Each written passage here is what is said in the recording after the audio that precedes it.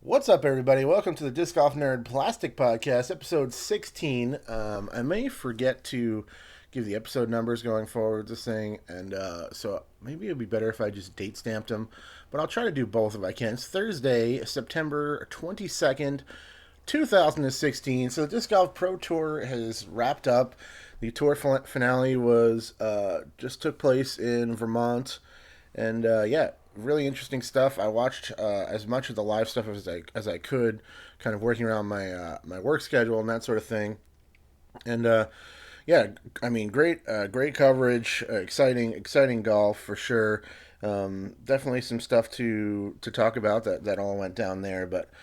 I want to give a little bit of a personal kind of catch up with you guys too. I just feel like I haven't posted one of these in a long time. I haven't been playing a ton of golf, so I haven't really had all that much to tell you guys about.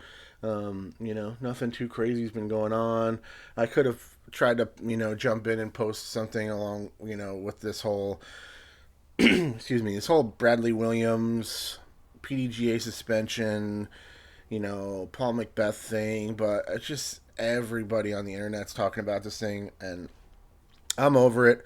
I think we've all pretty much moved past it at this point. I'm sure the conversation will continue, but I don't really feel like I need to weigh in on it. It's just it is what it is. Everybody's got an opinion. Everybody's out there talking about this, so I figured I would just leave it alone. It's not really my audience here on YouTube either. I'm not.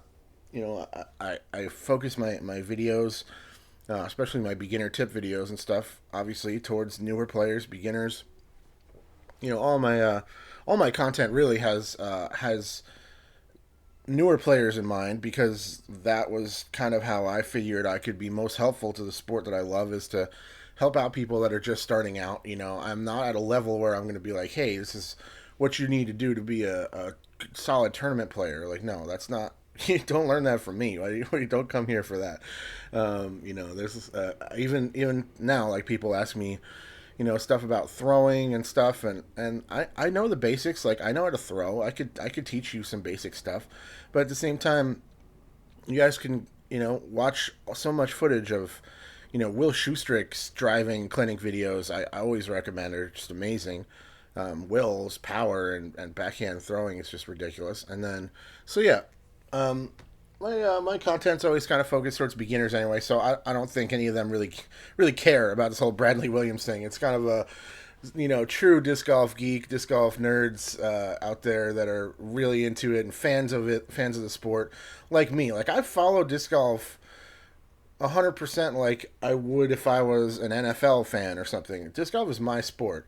I follow the Premier League. You know, English football, soccer. I'm a huge fan of that. I've been a Chelsea fan for over 10 years. Um, and so I always keep up with them. I watch those games and stuff. I'm a fan of that.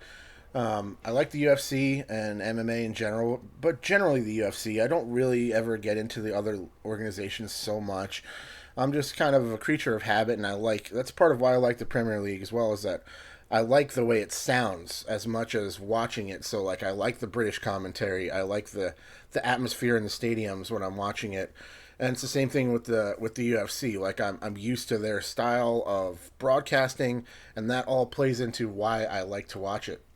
I'm actually going to the UFC here in Portland in a couple of days. October 1st is going to be awesome. I'm super stoked on it. Let me readjust my mic real quick.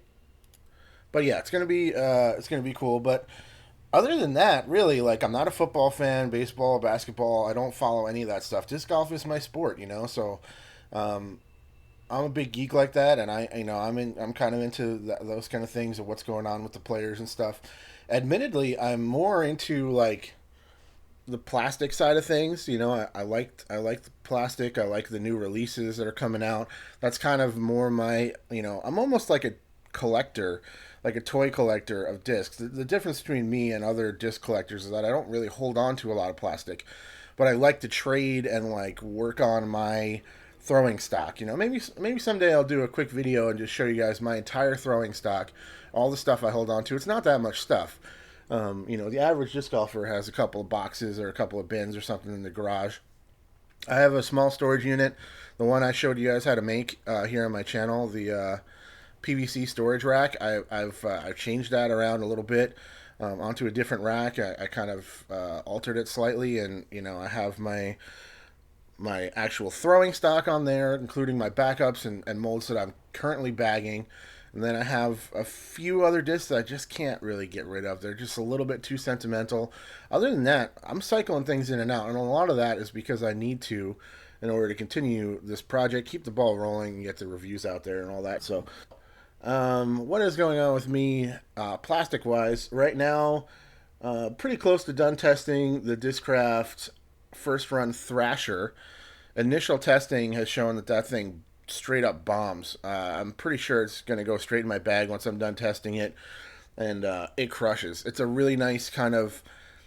It kind of flies for me like a really nicely worked in trespass, where it's very similar. It's a similar speed range, but it's just not as stable. So I can kind of get a little bit more stand up and go out of it before it hooks up a little bit at the end, and the glide on it is tremendous. Great disc. Really enjoying testing it. I felt like I was throwing pretty strong during the field testing session. As it was, I felt nice and smooth and like I was throwing well, which is, another reason why I don't teach you guys how to throw is that, my throwing is inconsistent as it is. So if I could dial in my own throwing, then maybe I would feel more comfortable teaching other people. Because when I'm throwing my best, I feel like I'm pretty good. But yeah, when I'm some days just not working. But I guess everybody probably has that. Just depends on the margins involved. Ricky's off day, he loses to the other best players in the world by a few strokes. On my off day, I lose to the rest of my buddies by a few strokes. But well, a disc golf pro tour wrapped up in Vermont. Oh wait, anything else I need to tell you guys about from me and disc stuff? Oh yeah, I'm testing the Innova V Cobra as well. That's another review disc I got coming out. So stay tuned for those. Let's talk about some Pro Tour stuff.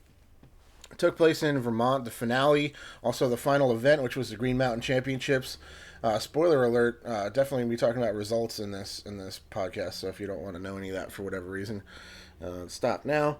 Ricky Wysocki takes it down, fourth time in a row. He basically just dominates the Green Mountain Championships.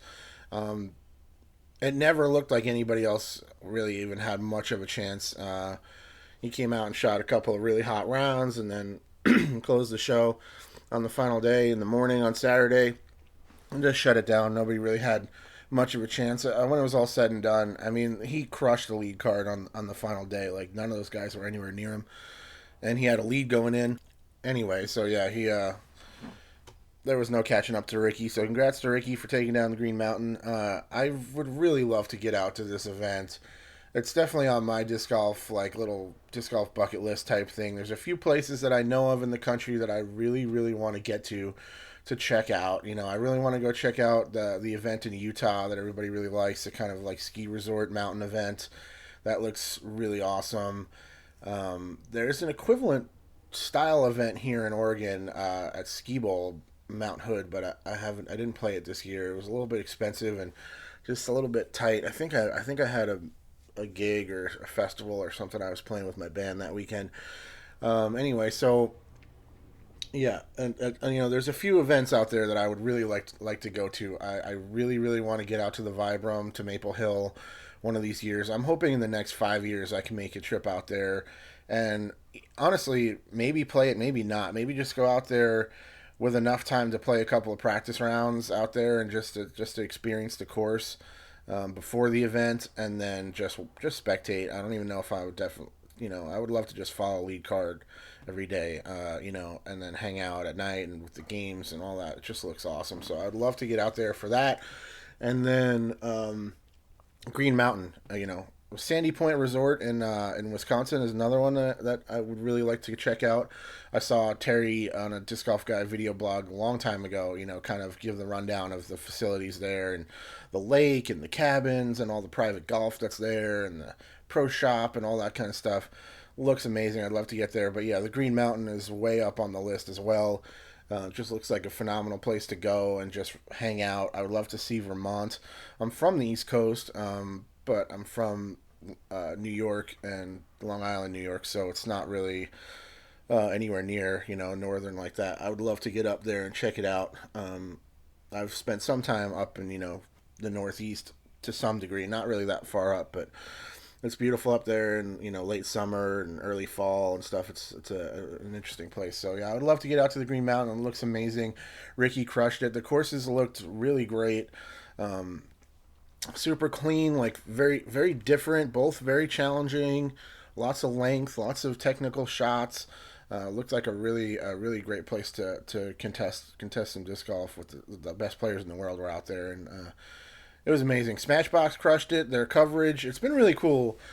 Being a Smashy, being a fan of the show, being a disc golf nerd that I am, I've been really enjoying being able to tune in on Tuesday nights, listen to Terry and Johnny like dissect everything, talk very honestly and forthcoming about how things went. What happened here, what happened there, could we do this better, involving the community in the discussion, and being a part of that is really cool. It's super unique to our sport. You're not going to be able to be like chatting with the people running the broadcast for the NFL and being like, hey, I really don't like this. Maybe we could switch that, and have them be like, yeah, that is a good idea, or we agree and we might do.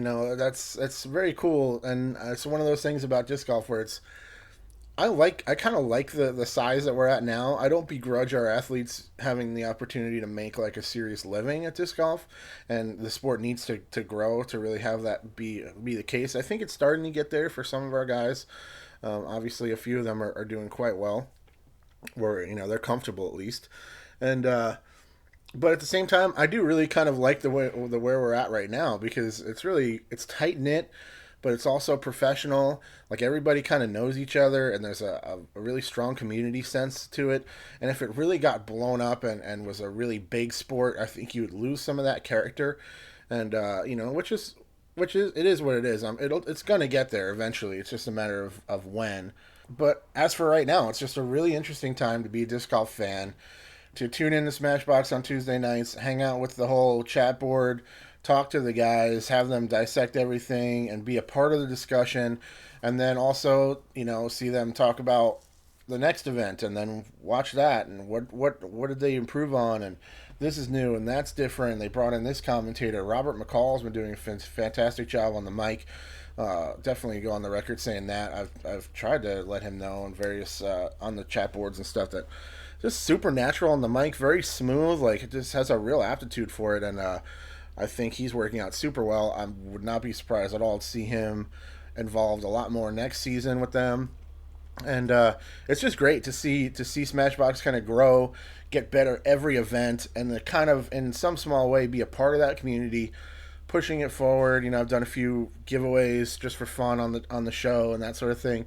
It's just really fun. It's awesome. So they crushed it all weekend long for the Green Mountain and into the finale. I thought they did really well. Everything ran really smooth. The commentary was good. Good camera work.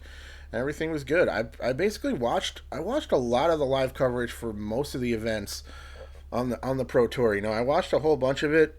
A few of the events I got to actually basically watch all of it. A couple of times it worked out with my work schedule and stuff that with Worlds. I got to see most of it. I watched the finals at work. Actually, I just had them on, and I got to see what was going on. And for that one in particular, I went back and watched it again later, just to actually see all of it. But yeah, so it's just been really great all season long. It's gotten better and better, and I'm happy for those guys. I appreciate all the hard work they put into what they do to bring us such great live coverage of disc golf and make you feel like you're a part of some of these events that I can't get to. The Green Mountain and Blue Ribbon Pines looks amazing, so to get a sense of that place, and it's just been great. They've done a really good job. I appreciate it. Marty McGee's been crushing it all disc golf pro tour. I said it in my little kind of before the tour happened video that I did to try to kind of promote a little bit here on my channel.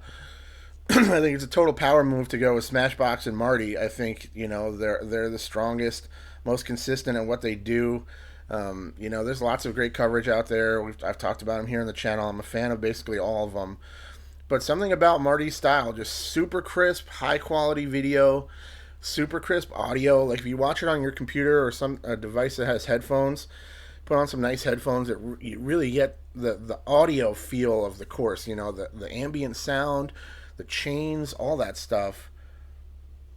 You get player chatter, which is great. You know, how the players kind of hyping each other up. Nice putt, nice shot. You know, just making jokes and stuff. All that's great, and it makes you kind of feel like you're almost on the card. You know, couple that with amazing, obviously 4K, super crystal clear video. You know, it just I really love Marty's coverage. It's super. It's my style. It's just kind of what I like. It goes back to what I was saying about the Premier League and the UFC, and just kind of being used to the way things are, and enjoying certain things and getting comfortable with those. I dig it. I don't feel like I really need commentary to enjoy those videos. A few of the videos during the Pro Tour, you can hear the Smashbox commentary on Marty's video because his camera is so the mic he uses is so sharp and accurate that it's picking up everything. So it's picking up Terry commentating or on the Green Mountain coverage. You could hear Robert McCall commentating on some of that stuff, and just really great. So he crushed it all tour for the Disc Golf Pro Tour. I really appreciate all the hard work Marty puts in. He busts his ass out there. He's just a one man squad, and yeah, he crushes it. He gets out the videos super fast. They look crisp. You could say they're chopped down a little bit more than they could be. He could include a little bit more stuff, but at the same time, having the videos be shorter decreases the upload time and also decreases the amount of time it needs to process before it's available at high quality. And people want this stuff soon, myself included. Like, I appreciate being able to watch it that quickly after it happened because I'm part of the social media community and I need to be able to go on there and do my stuff for the Disc Golf Nerd page and on my personal page and whatever else. And so, like, I'm gonna get it spoiled on me if I don't get to watch it, relatively soon. I can't be like hiding from social media for a week a week or 2 weeks to try to find out, so to not have it spoiled on me, that sort of thing. So I appreciate the quick turnaround, and I understand that making the videos shorter has something to do with that. So into the finale, it was interesting, and I'm honestly going to tell you flat out, I'm not 100% sure how the whole bracketing system was working with the seeds and all that stuff. It's kind of, I never really follow sports that do that sort of thing. Like the NCAA bracketed tournaments and all that sort of stuff. That's not something that I have ever really focused on or paid attention to. Something like the World Cup would probably be as close to that with like the groups, and then from there. But it's all or the Champions League. But all that stuff is pretty basic. When you start getting into this person at this position plays this seed and all that stuff, I don't really know exactly how all that went down. But all I know is that, in my opinion, I thought it was pretty anticlimactic. As a unapologetic, enormous Ricky Wysocki fan, I thought it was pretty weak to not even have Ricky, who won 3 out of the 5 events, was always in the mix for all of the events except for the Ledgestone, which is the only one that Paul won. That was right after he won Worlds, and he was just had no focus. Probably shouldn't even played the Ledgestone, but he showed up anyway. Ended up battling way back up, into the top 10 after being in like 70th place or something like that after the first round. Something crazy along those lines. I forget exactly the details there, but but to me, Ricky was the clear best player in the tour. He won 3 of the 5 events again. He won the tour points. And to have him not even be in the final in the hunt for that $10,000, I thought was kind of weak. I get it that they had the wild card or whatever, but I think if you're going to give somebody an exception to kind of work outside of the bracketed system, it should be the one who, the player who proved themselves to be the most consistent, best player on the tour overall. I think that makes sense. Throw Ricky in there. Then, because he won the tour points, he was the best player in the tournament, or in the tour and all the tournaments combined. Yet, what did he really get for that? All he really got was a bye to the semifinals, which, Paul got that too, and he wasn't even, he wasn't the best player there. Other people got a bye to the semifinals that weren't the best. So, I think he got a ring or something. Hopefully Steve Dodge gave him some kind of bonus or whatever. I would imagine Latitude will take care of him for just crushing it all year. But who knows, man? I definitely would have liked to see Ricky out there. And, of course, you could say that he should have just, he could have just won his card. But, he just won the Green Mountain. So he won the fifth and final event. He won two other events, 3 out of 5. Then he has to go out and he has to put out another. He has to beat another in full card of top players in order to get to the finals of the event of the tour that he was, the best player at. So I would have liked to see him out there. I think there would have been bigger numbers on the live stream for the finale if it was Ricky and Paul, or just having Ricky on there, regardless of whoever else made it. I think more people would have been interested. I think there was kind of a letdown to not have Ricky there. So I don't know. That was just how I felt, especially if you're going to put a 5-man card there. You know, the tour points winner is the fifth person, and then the other four play out through the brackets. You win your card, you get on there. I think that's pretty fair. And if you happen to be in a card where you're with a great player and you shoot a round that's better than the rest of the cards, but you don't beat the guy on your card, then that's just the way it worked. That's just what happened, and I would be okay with that. We'll see what goes on. Another aspect of why this is also interesting is that we're gonna find out. We're gonna see next year. We're gonna see exactly what they change, what they how they switch it up, how the format changes. This was definitely kind of a test year, first year. Lots of different things to work out. And with anything in life, sometimes you have no idea how anything's going to work out until you try it. You go out there, you try it, you talk about it, you plan it out best you can, and then you see what happens, and you move forward, and you make those changes. Again, the great thing about disc golf is that there is a community feel where we all have a voice in this. Any one of you could put out a social media post, tag Smashbox, tag Disc Golf Pro Tour in it, throw out a question or a comment or whatever, a suggestion, and there's a good chance they're going to see it, and something could come out of that. That's an interesting, thing about being alive right now with social media and the interconnectivity of the internet. It's a really fascinating time to be involved with stuff, especially something like disc golf that has has a large internet presence, and myself included in all that in my own small way, and it's been really cool. But anyway, it gets down to the finale. I think it was Peter McBride, James Cole, Paul McBeth, Nico Locastro, and who was Nate Sexton was the five-man team to head out there for the final round, and the final card. See who takes home the $10,000. The only thing I really took issue with for the broadcasting of the entire weekend that I saw was during the finales. They were showing they were cutting back and forth between the women's lead card and the men's lead card. The only problem that I took with it was a few times they would cut to the ladies card, and then they were playing at a pretty slow pace, and maybe they would cut to it when they were on the tee, and they would play that whole. Basically, they would show the whole that entire hole for the entire card before they would go back to the men's. If they were going to do that, the only thing I would say, again, just my opinion as a fan, is I would have liked to see them switch back and forth more, or put the men's coverage in a sidebar, or go split screen and then just switch the commentary back and forth, just so I just felt like it was frustrating watching the men's card walk down the down the fairway or something, or look for discs and stuff.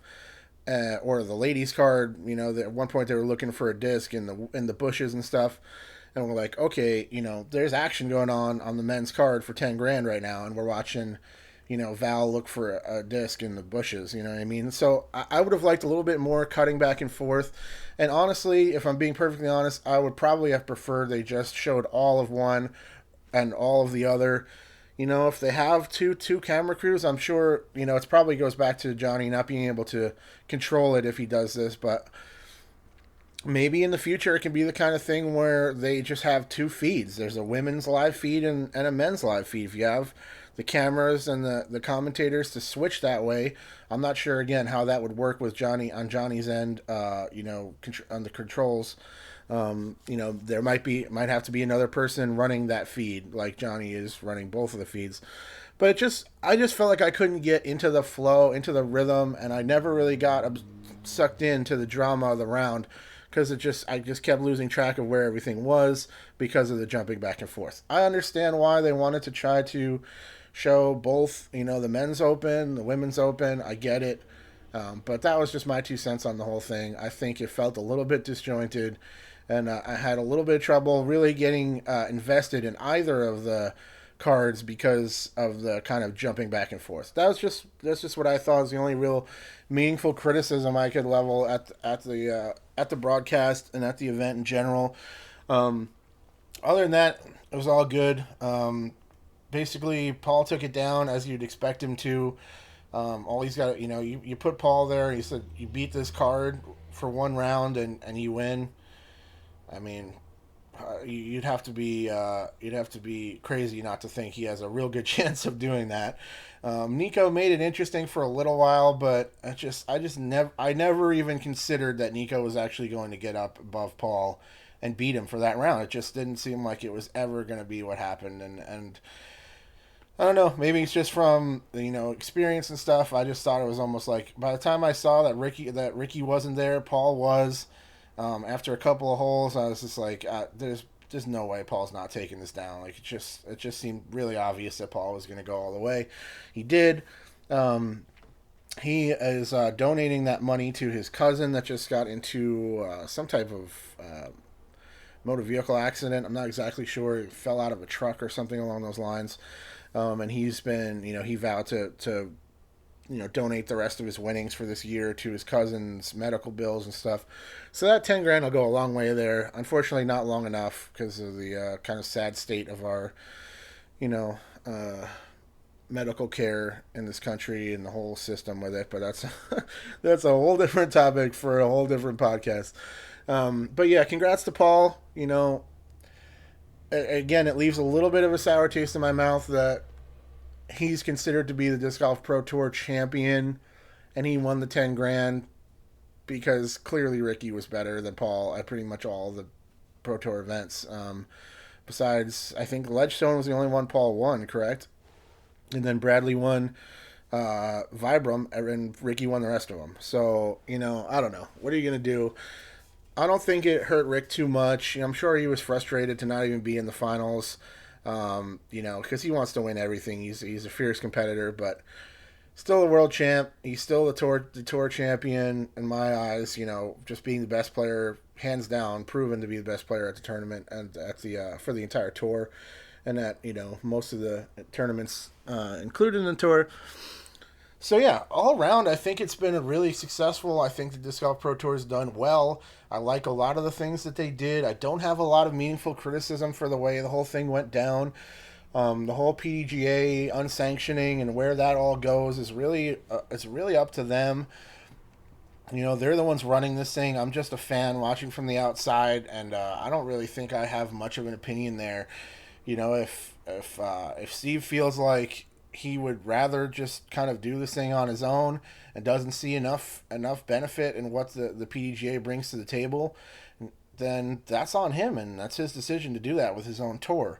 And it's going to basically be up to the players as to whether or not they they sign on for that and they support that, because it's really going to come down to them. Because sanction, don't sanction, do whatever you want. If the players don't show up and play those events, it doesn't make any difference, So that's what it really comes down to. I would, hopefully he's consulting some of the top pros with their opinions on some of this stuff before any kind of major decisions are made. But it's not my place. I'm just a little, guy who likes disc golf and a big fan of watching the events. So I don't really feel like I hold any weight to weigh in on that whole topic. That's really up to them. All I can really say is it's going to be interesting to see how it goes in the future. I would love to see a Pro Tour event come to Oregon at some point. I would love to be part of the atmosphere with the games and all that, and get to see if I feel a difference between that and like the national tour event like the Beaver State Fling that I'm pretty familiar with at this point. I would love to see, firsthand if there is a difference in feel for the spectator, because that was a big focus of what Steve Dodge was trying to do. It's without being there to see, it's hard to say if he was effective in that or not. But it seemed like they did pretty well with spectators for most of the events, and that's really, again, that's always been what I think the tour and the professional level of disc golf can do to really grow the sport, is to focus on bringing people out, getting people out to watch those events, showing the sponsors that we have numbers, that we have people that love and follow this sport. That's the thing that can really start to bring in more cash for our players and make this kind of a more legitimate professional endeavor for some of our top pros. So I think that's all I really have to ramble about for you guys today. My throat's not cooperating too well. I've been pausing and taking sips of coffee to try to keep everything smoothed out, but I think I'll let y'all go. That was a pretty rapid fire, fast talking half an hour. Thanks very much to everybody who continues to support the channel, watching the reviews, watching the tip videos, listening to this podcast. I absolutely love all you guys. It just means the world to me that people continue to subscribe to this channel and watch the videos. I've got new stuff coming for you guys relatively soon with reviews, Thrasher, Innovastar, V Cobra. I also have an Upper Park, the new Upper Park kind of beginner starter bag, very inexpensive backpack style bag. The one of those is supposedly on the way to me right now for review as well, so that'll be coming up soon. So, I'll continue to try to give you guys some content if you continue watching them. Thanks very much. Much love to everybody out there, and I will check you all later. Okay, bye.